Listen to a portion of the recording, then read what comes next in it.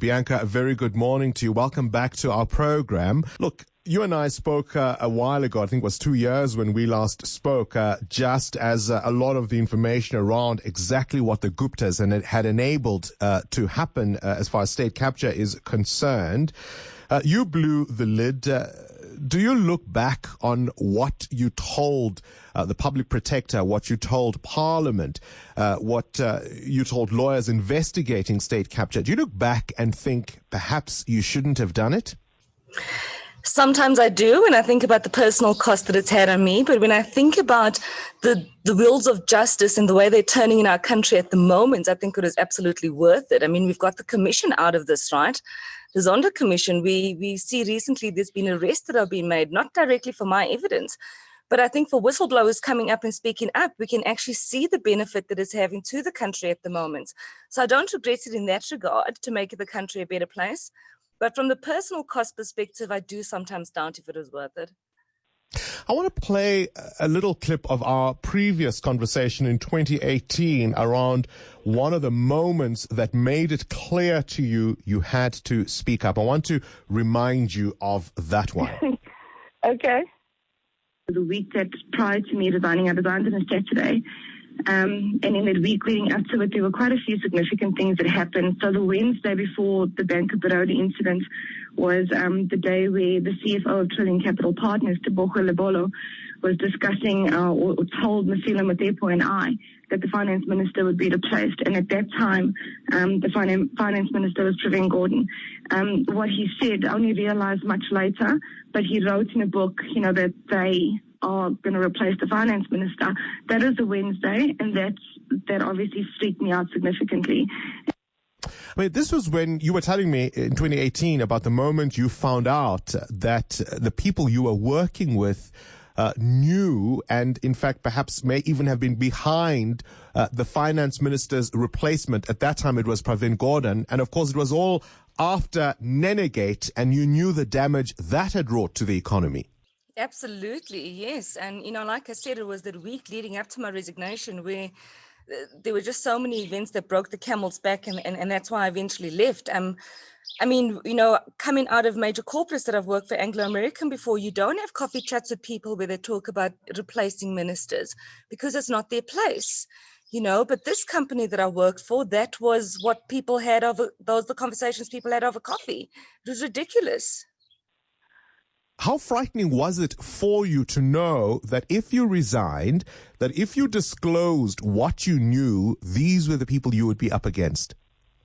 Bongani, at the time, I particularly was working on the Eskom matter, and the Eskom matter with McKinsey had a value of about 10 billion rand. And you sit and you think to yourself, what would people do for $1 billion? And you do think to yourself that they could hurt you for that kind of quantum of money. You do think that your family would be compromised. It was scary. I mean, to say that it was traumatic is an understatement. It really was. I mean, there were times when I really believed that people were following me. I lived in paranoia. It was insane. And then weeks after I resigned, there was so much information that came out in the public domain that validated that my resignation was the right thing to do at the time, which actually induced more fear because then I was right, What has this done to you? I know that you have spoken to my colleague Mandy Weiner. You featured in her new book, The Whistleblowers, which is absolutely fantastic in explaining what people like you go through. But can you share with our listeners when you talk about personal cost to you, what has this meant for you? It's a few things. The first thing is that I suffered trauma, and I didn't realize that I'd suffered trauma because I thought that victims of heinous crime suffered trauma. I didn't think that what I went through was trauma, but it's been confirmed now that I suffered trauma. I'm being treated on a weekly basis for post-traumatic stress disorder. I was admitted into a psychiatric hospital earlier on this year because my anxiety levels were just out of this world. It's taken its toll on my young daughter. She's only 8, because my daughter's seen her mother, riddled with anxiety. With that, I left working for Signia. I worked for Signia for a few months because Magda offered me a job after making my statement public. But I couldn't work, I couldn't wake up, I couldn't focus, I couldn't do anything. I just was crying and depressed all the time. So I had to release my pension to support my daughter and I. And at the time when I did it, I was hoping it would only be like a year or so. But unfortunately, since then, I haven't been able to find, stable employment.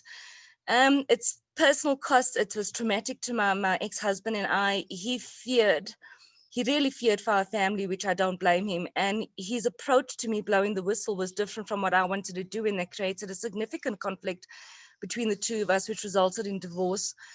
So it's, and my parents as well. I mean, I feel so bad for my parents, the way that they live in fear for me. They always say to me, Bianca, this is never what we wanted for you. But they say that with pride because they're proud of what I've done, but they've never wanted these consequences, You wrote to Andre de Ruyter. You were saying in that incredible letter, you're known as the McKinsey Slayer. The power utility has been able to recoup all of these monies, and yet here you are, unemployed, and maybe in a sense even untouchable, right? Unemployable in a way because of all that you come with. But there's a thought that says even if Andre de Ruyter wanted to assist you, there are no legal provisions or mechanisms that would allow him to do so, to give you some compensation for what you have done, to assist you now to rebuild your life. Absolutely, Bongani. Look, I must be honest with you. It was a little bit unfair to maybe pose that request to him because, Mr. de Ruyter is a law. He's compelled to comply with law. He's not a lawmaker. And as far as I know, there's no provisions in the PFMA, and for this kind of request to be adhered to. And he's got to make sure that every single cent that's spent from Eskom is compliant with the PFMA.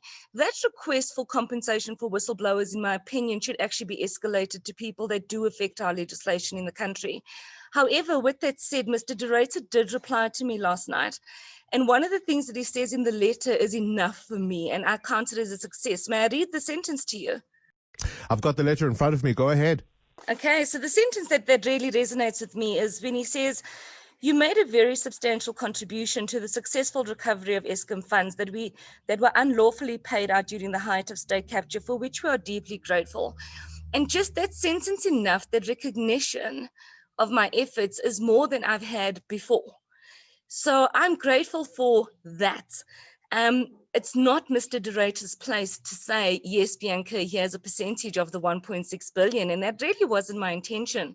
My intention for that request is to start the conversation with the lawmakers of this country, because not enough is done for whistleblowers. Because anyone listening to us now who knows information that could help recover monies from corruption, the country has been scandalized by corruption around COVID-19, for example. Why would they come forward?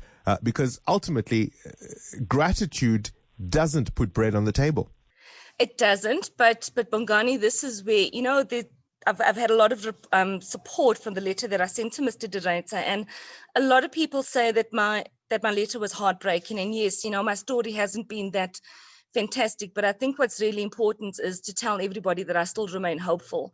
So let me just encourage some people that may be considering coming forward. One, you get a clear conscience. I can say now as a single mom, I'm really glad that I live by the values that I teach my daughter, and that's completely unquantifiable, no matter how broke I may be. And secondly, you can actually get recognition. Look, I got this letter last night. Right. I may not have money out of it, but I've got that recognition. And I think that's important. And it goes a long way to encouraging other people to do the same thing. I think change is afoot, and I'm hopeful that it is.